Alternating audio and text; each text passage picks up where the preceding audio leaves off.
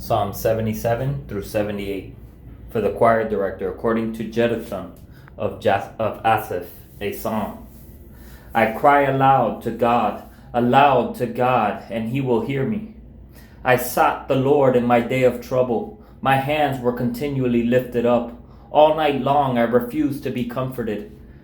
I think of God, I groan, I meditate, my spirit becomes weak. You have kept me from closing my eyes. I am troubled and cannot speak.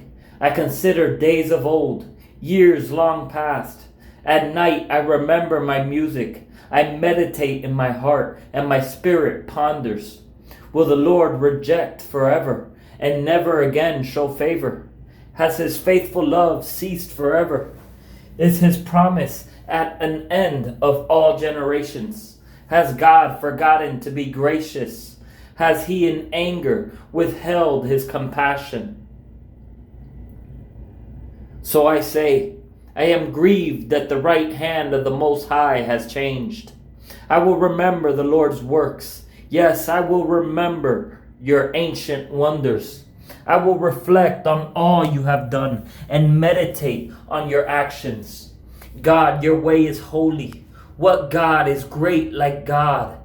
You are the God who works wonders. You revealed your strength among the peoples. With power you redeemed your people, the descendants of Jacob and Joseph. The water saw you. God, the water saw you. It trembled, even the depths shook. The clouds poured down water. The storm clouds thundered. Your arrows flashed back and forth. The sound of your thunder was in the whirlwind. Lightning lit up the world. The earth shook and quaked. Your way went through the sea, and your path through the vast water. But your footprints were unseen. You led your people like a flock by the hand of Moses and Aaron. Psalm 78, a maskil of Asaph. My people, hear my instruction. Listen to the words of my mouth. I will declare wise sayings. I will speak mysteries from the past, things we have heard and known, and that our ancestors have passed down to us. We will not hide them from their children, but will tell a future generation the praiseworthy acts of the Lord, his might, and the wondrous works he has performed.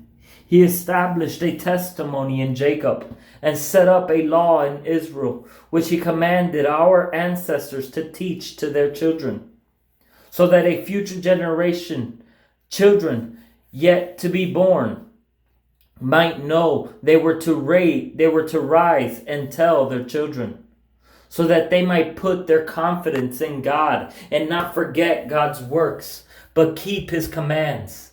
Then they would not be like their ancestors, a stubborn and rebellious generation, a generation whose heart was not loyal and whose spirit was not faithful to God. The Ephraimite archers turned back to the day of battle. They did not keep God's covenant and refused to live by his law. They forgot what he had done, the wondrous works he had shown them. He worked wonders in the sight of their ancestors, in the land of Egypt, the territory of Zoan. He split the sea and brought them across. The water stood firm like a wall. He led them with a cloud by day and with a fiery light throughout the night.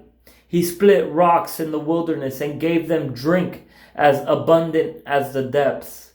He brought streams out of the stone and made water flow down like rivers. But they continued to sin against him, rebelling in the desert against the Most High. They deliberately tested God, demanding the food they craved. They spoke against God, saying, "Is God able to provide food in the wilderness? Look, he struck the rock and water gushed out. Torrents overflowed. But can he also provide bread or furnish meat for his people?" Therefore, the Lord heard and became furious. Then fire broke out against Jacob, and anger flared up against Israel. It is not a good thing to doubt the Lord.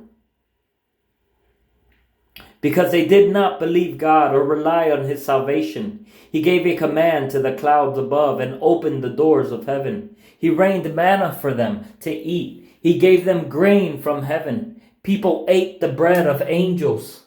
He sent them an abundant supply of food. He made the east wind blow in the skies and drove the south wind by his might. He rained meat on them like dust and winged birds like the sand of the seas. He made them fall in the camp all around the tents. The people ate and were completely satisfied, for he gave them what they craved. Before they had turned from what they craved, while the food was still in their mouths, God's anger flared up against them, and he killed some of their best men. He struck down Israel's fit young men. Despite all this, they kept sinning and did not believe his wondrous works. Though he did all this, they did not comprehend. They couldn't understand. They didn't know.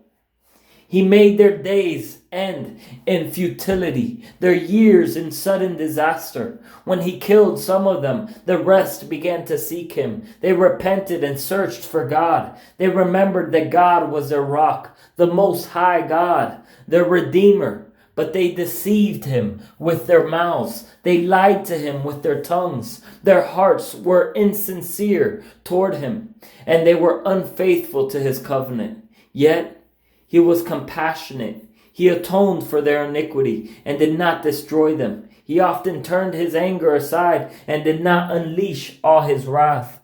He remembered that they were only flesh, a wind that passes and does not return.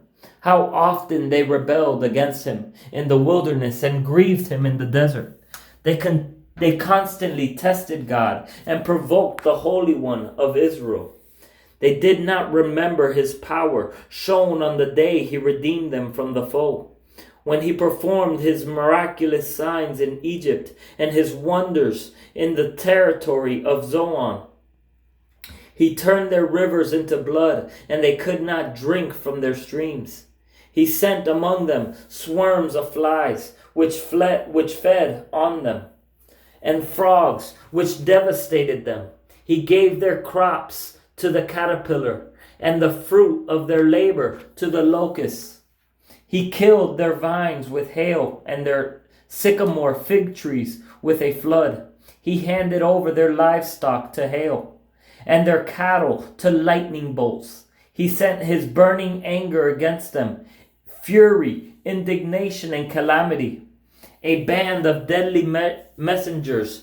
He cleared a path for his anger. He did not spare them from death, but delivered their lives to the plague. He struck all the firstborn in Egypt, the first progeny of the tents of Ham. He led his people out like sheep and guided them like a flock in the wilderness. He led them safely, and they were not afraid, but the sea covered their enemies. He brought them to his holy territory, to the mountain his right hand acquired. He drove out nations before them. He apportioned their inheritance by lot and settled the tribes of Israel in their tents. But they rebelliously tested the Most High God, for they did not keep his decrees. They treacherously turned away like their ancestors. They became warped like a faulty bow. They enraged him with their high places and provoked his jealousy with their carved images. God heard and became furious. He completely rejected Israel. He abandoned the tabernacle at Shiloh, the tent where he resided among mankind. He gave up his strength to captivity and his splendor to the hand of a foe. He surrendered his people to the sword because he was enraged with his heritage. Fire consumed his chosen young men, and his young women had no wedding songs. His priests fell by the sword, and the widows could not lament. The Lord awoke as if from sleep, like a warrior from the effects of wine.